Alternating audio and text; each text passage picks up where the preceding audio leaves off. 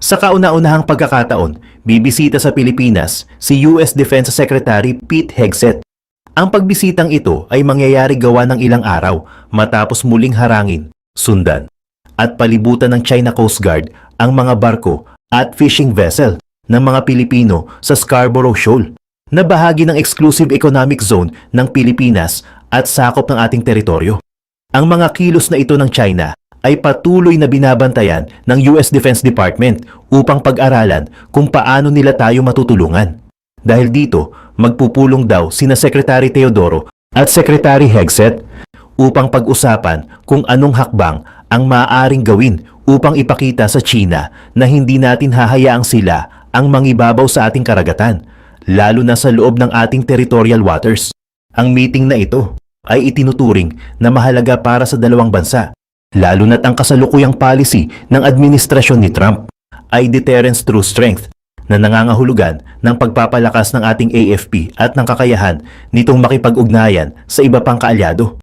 Kahit hindi pa dumarating si Secretary Hegseth sa Pilipinas, agad nang nagpahayag ng pagtutol ang China. Ayon sa kanilang Foreign Ministry, anumang kasunduan sa pagitan ng Pilipinas at Amerika ay hindi dapat maging banta sa ibang bansa at hindi rin dapat magdulot ng pagtaas ng tensyon sa rehiyon. Gayunpaman, ayon kay Philippine Ambassador Jose Manuel Romualdez, hindi naman tayo ang nagsisimula ng kaguluhan. Nakakagulat na tayo pa ang madalas sisihin, gayong ang katotohanan ay ang China ang patuloy na hinahamon ng ating ugnayan, hindi lamang sa US kundi pati sa iba pang bansa. Hindi natin papayagan na may sino mang bansa ang mangibabaw sa South China Sea. Bukod dito, makikipagpulong din si Secretary Hegseth kay Pangulong Bongbong Marcos. Samantala, sa iba pang mga balita, hinimok ng European Union ang kanilang mga mamamayan na mag-imbak ng sapat na pagkain at mahahalagang supply na tatagal ng hindi bababa sa 3 araw sakaling magkaroon ng krisis, ayon sa European Commission. Sa panahon ng matinding kaguluhan, ang unang yugto ang pinakakritikal, ayon sa dokumento na naglalarawan ng posibleng mga senaryo. Mula sa digmaan, cyber attacks, at nakamamatay na sakit, hanggang sa mga pagbaha dulot ng pagbabago ng klima, ayon sa ulat ng politiko. Sa bagong gabay na inilabas noong Miyerkules, binigyang diin ng komisyon ang pangangailangan para sa Europe na baguhin ang pananaw nito at paunlarin ang kultura ng paghahanda at katatagan.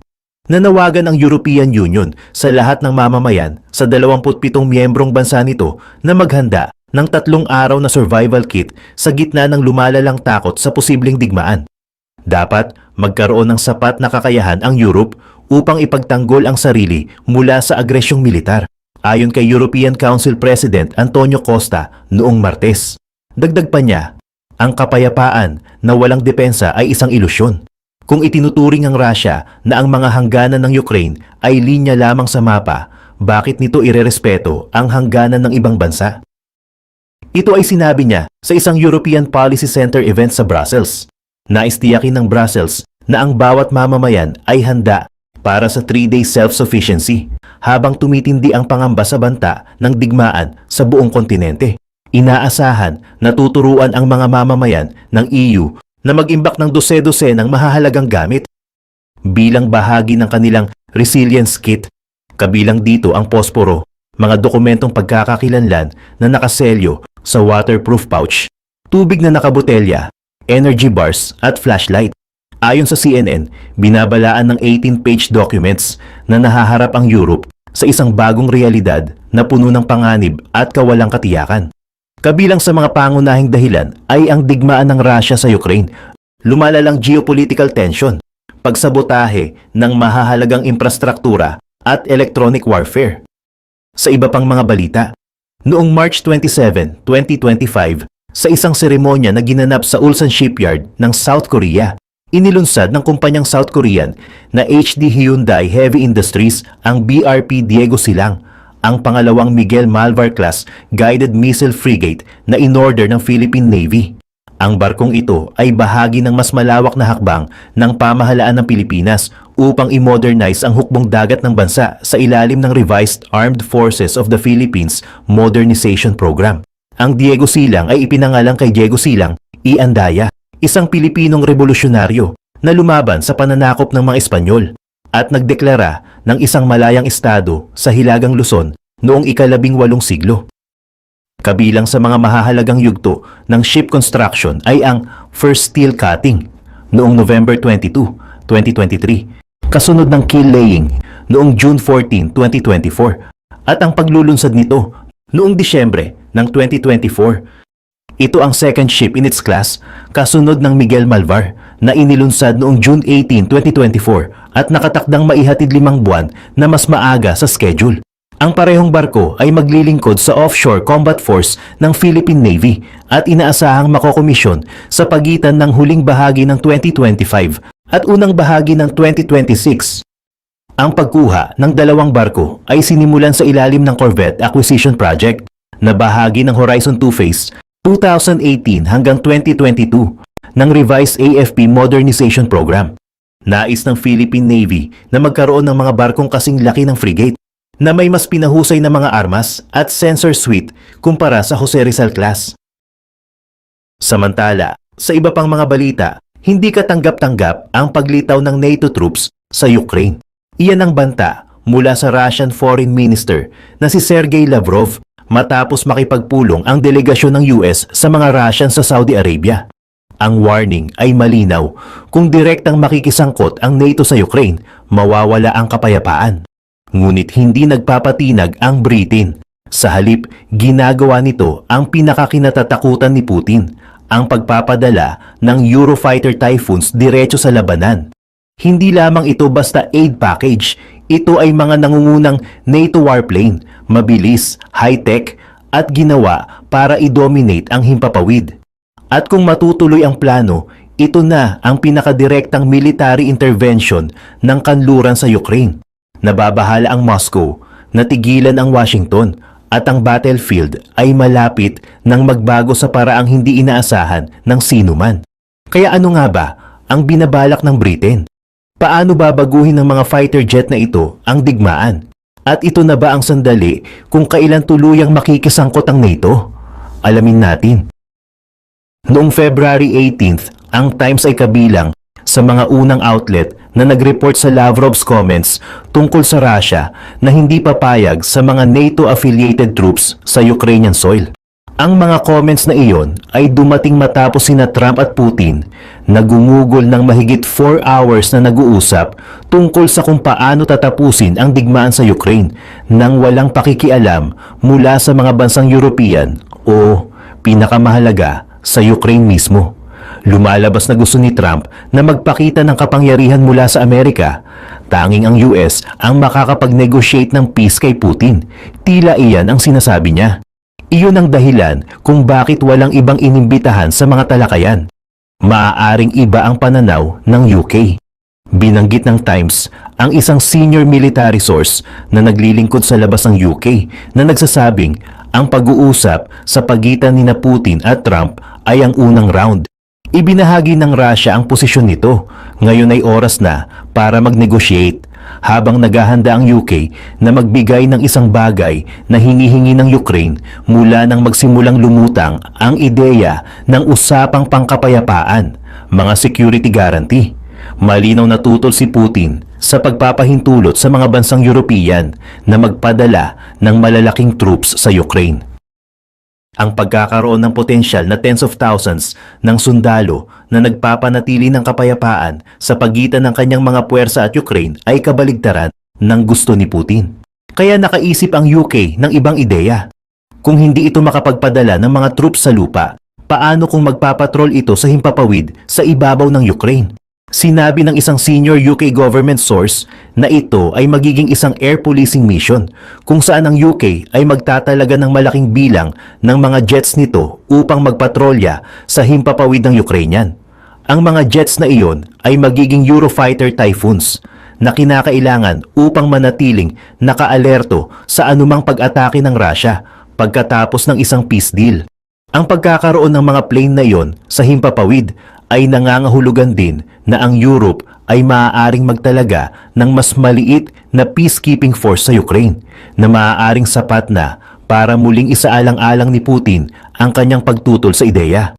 Isa pang source ng Times ang nagpapahiwatig din na maaaring gumamit ang UK ng sopistikadong monitoring technology upang bantayan ang mga puwersa ni Putin. Kung sasalakay ang Russia, ang technology na iyon ay mag-aalerto sa buong mundo. Gayunpaman, hindi alam kung ang monitoring technology na ito ay papalitan ang mga British troops sa lupa o tutulong sa kanila na mapanatili si Putin sa linya. Ano man ang mangyari, pareho ang resulta. Nabigla lamang ng UK ang US sa pamamagitan ng pagbaliwala sa mga pahayag ni Lavrov na hindi kailanman magkakaroon ng peacekeeping force sa Ukraine.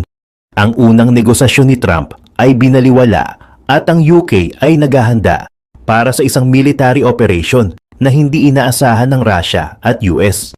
Ang tanong ngayon ay simple, ano ang magiging itsura ng operasyon na iyon? Wala pang malinaw na sagot sa ngayon, lalo na kung isasaalang-alang na ang ideya ng Eurofighter ng UK ay nasa early stage pa lamang. Gayunpaman, may ilang paraan na maaaring lapitan ng UK ang pagpapadala ng mga Eurofighter nito upang magpatrolya sa himpapawid ng Ukraine. Ang una ay bahagi ng reassurance force. Ayon sa Financial Times, kasalukuyang nakikipagtulungan ang UK kasama ang France upang likhain ang force na ito, na aasa sa Western Air Power upang ipatupad ang anumang ceasefire deal na mapagkasunduan ng Ukraine sa Russia. Ang force na iyon ay susuportahan ng United States at iiral upang pigilan si Putin na makisali sa anumang agresyon kasunod ng kanyang kasunduan sa isang ceasefire. Ang proposal ay nagstand sa isang naunang ideya mula kay French President Emmanuel Macron na mag-deploy ng malaking bilang ng mga sundalo sa Ukraine. Ngunit sa halip ng mga sundalo, ang approach na ito ay magtutuon sa aerial aspect. Iyan ay isang area kung saan karaniwang may advantage ang kanluran kaysa sa Russia. Bagaman, hindi ito magmumukhang gayon mula sa mismong numbers lamang.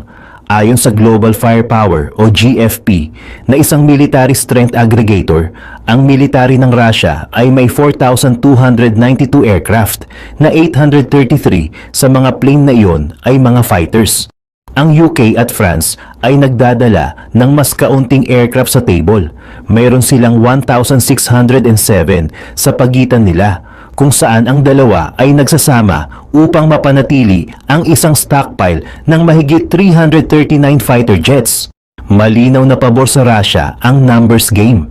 Gayunpaman, napatunayan na ng Russia na ang Air Force nito ay isang paper tiger noong Ukraine War sa kabila ng pagkakaroon ng mas mataas na numbers ng mas advanced na aircraft kaysa sa Ukraine. Nabigo ang Russia na makamit ang aerial dominance noong early stage ng pananakop nito. Inangkin ng Ukraine na binaril nito ang 342 Russian planes at 325 sa mga helicopters nito noong February 2024, kung saan ang karamihan sa mga aircraft na iyon ay nawasak sa loob ng unang ilang buwan ng sinasabing Special Military Operation ni Putin. Nabigo ang Russia na i-take out ang surface-to-air o SAM missiles ng Ukraine, kung saan kahit ang mga mula pa noong Soviet era ay napatunayang epektibo laban sa aircraft ng Russia. Nang magsimulang dumating ang mas advanced na technology sa Ukraine sa pamamagitan ng mga Western partners nito, karaniwang inabandonan ni Putin ang kanyang mga unang aerial plan. Gumamit siya ng kanyang aircraft upang magpadala ng glide bombs sa Ukraine mula sa likod ng front lines ng digmaan matapos mabunyag ang kahinaan ng kanyang Air Force. Pagsamahin ang mga issues na ito sa kakulangan ng cooperation sa pagitan ng aerial at ground assets. Dahil sa segmented approach ng Russia sa military nito at ang aerial might ng Russia ay hindi kung ano ang lumalabas sa papel.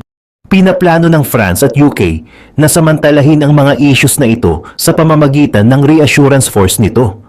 Ang Guardian ay humukay ng mas malalim sa force na ito sa isang article noong February 19th.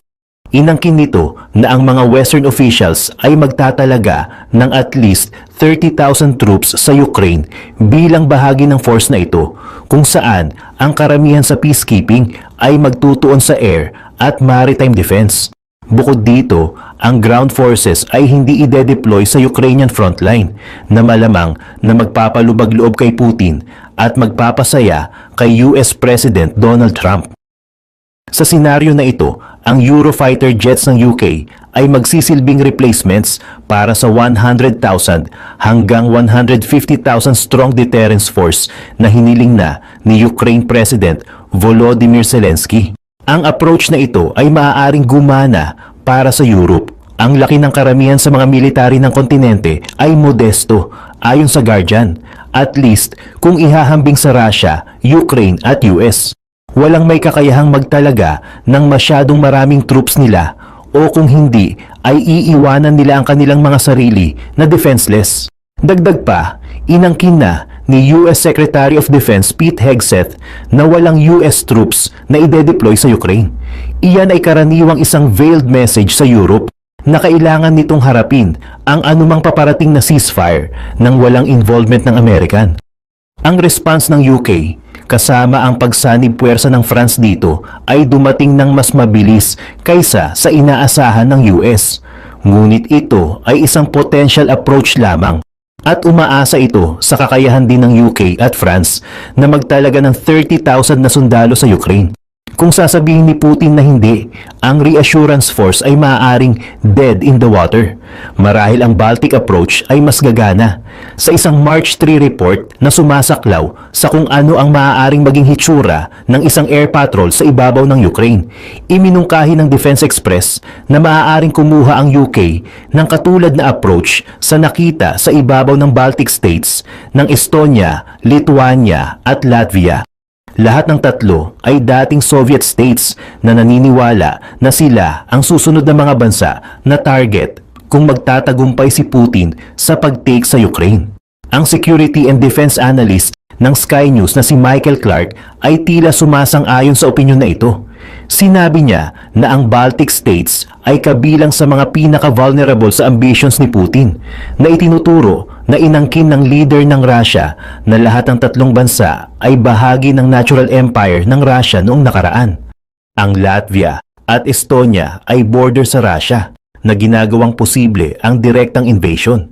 Ang Lithuania ay medyo mas protected, bagaman kahati nito ang isang border sa Russian ally na Belarus at delikadong malapit sa Russian exclave ng Kaliningrad. Tungkol naman sa Baltic approach, umiiral ito mula pa noong 2024 bilang isang NATO air policing mission. Ang mga NATO members ay nagro-rotate ng deployments ng fighter jets sa Lithuania at Estonia na karaniwang nagbibigay sa mga bansang ito ng isang makeshift air force upang bumawi sa kanilang limited aviation at air defense capabilities. Ang mga fighter jet na ito ay nagpapatrolya sa borders ng Baltic states na nagbabantay sa anumang Russian aircraft na maaaring ipinadala ni Putin sa mga secret scouting missions. Kapag natagpuan, ang Russian aircraft ay ini-escort palabas ng Baltic airspace. Ang approach ay epektibo. Halimbawa, noong September 2024, nakita ang NATO jets na nag-intercept ng 6 Russian aircraft habang tinatangka nilang tumungo sa ibabaw ng Baltic Sea. Lahat ng ito ay walang transponders at flight plans na nagmumungkahi na ipinadala sila ni Putin para mag-spy sa mga Baltic nations. Kabilang sa mga jet ang 4 na Sukhoi Su-30 MKIs at isang Sukhoi Su-35, kung saan ang huli ay kabilang sa mga mas advanced na fighter jets na mayroon ng Russia sa arsenal nito. Nang harapin, ang mga piloto ng mga Russian jets na iyon ay kumilos ng uncooperatively ngunit hindi aggressively, ayon sa German Air Force personnel na bahagi ng interception mission. Isang katulad na incident ang nangyari pagkalipas ng 2 months kung saan ang isang ito ay kinasangkutan ng Italian Air Force na nag-intercept ng isang Russian Kut-A jet na lumilipad sa ibabaw ng Baltic Sea at delikadong malapit sa border ng Norway. Muli, ang mga jets ay hindi sumusunod sa international norms ayon sa NATO na nagmumungkahi na si Putin ay may nefarious purposes sa pagpapadala sa kanila sa himpapawid sa ibabaw ng Baltic waters. Ang mga Baltic missions na ito ay kinasasangkutan din ng nakakagulat na kaunting aircraft. Sinasabi ng Defense Express na ang Baltic Air Policing Operation ay karaniwang kinasasangkutan ng hindi bababa sa 8 fighter jets, kung saan ang mas kamakailang rotation ay kinabibilangan ng 4 Dutch F-35As at 4 French Rafale jets. Minsan tumataas ang numbers, lalo na kung naniniwala ang NATO na palalakasin ng Russia ang mga Baltic efforts nito. Halimbawa, 12 jets ang nag-scan sa Baltic skies sa pagitan ng November 30, 2023 at March 1, 2024, 4 bawat isa mula sa F-16s ng Belgium at Poland, sinamahan ng 4 French Mirage 2005s. Ang katulad na approach ay maaaring gumana para sa Ukraine, gayunpaman may mga problema. Ang frontline ng Ukraine war ay umaabot sa approximately 700 miles na nangangahulugang higit sa 8 hanggang 12 jets ang kakailanganin para sa isang Baltic-like air policing approach. Hindi rin natin maaaring kalimutan ang Crimea at ang Black Sea na parehong maaaring mag-offer ng mga routes papunta sa Ukraine at kakailanganing ipatrol. Hindi ito magagawa ng UK ng mag-isa. Iyon ang dahilan kung bakit ito nakikipagtulungan kasama ang France. Marahil ang reassurance force na binabalak ng dalawang bansa ay magiging isang air policing force kung saan ang bawat bansa ay magbibigay ng approximately 12 jets upang magpatrolya sa himpapawid sa ibabaw ng Ukraine. Gayunpaman, hindi pa rin ito kinakaharap ang Putin problem. Hindi gusto ng leader ng Russia ang NATO troops sa anumang uri sa lupa sa Ukraine. Malamang na hindi rin niya tatanggapin ng basta-basta ang presensya ng mga NATO-aligned aircraft na nag-scan sa himpapawid ng Ukrainian. Noong November 2024, sinabi ni Polish Prime Minister Donald Tusk na ang banta ng isang world war na pinasimulan ng agresyon ng Russia ay seryoso at tunay. Ang Poland ay nakikipaghangganan din sa Russian exclave ng Kaliningrad na nangangahulugang meron itong vested interest sa pagpigil sa Russia na magtipon ng mas maraming troops malapit sa mga borders nito. Gayunpaman, ang Poland ay hindi Ukraine. Ang distance ay magiging problema. Ang isang British Eurofighter na nakalagay sa Poland ay kailangang lumipad ng over 600 miles upang marating ang Kharkiv, kung saan nagpapatuloy ang labanan. Sa kabaligtaran, ang NATO Air Policing Force na nakalagay sa Estonia ay kailangan lamang lumipad ng 124 miles upang marating ang Russian border, habang ang mga nasa Šiauliai Air Base ng Lithuania ay mayroon lamang 62-mile journey patungo sa Kaliningrad. Ang mga short flight times na ito ay nangangahulugang ang Baltic Air Policing Force ay maaaring tumugon sa mga incoming Russian threats ng mabilis. Hindi iyon ang magiging kaso para sa isang katulad na puwersa na nilikha upang suportahan ang Ukraine kung ang mga Eurofighter ng Britain ay nakalagay sa Poland.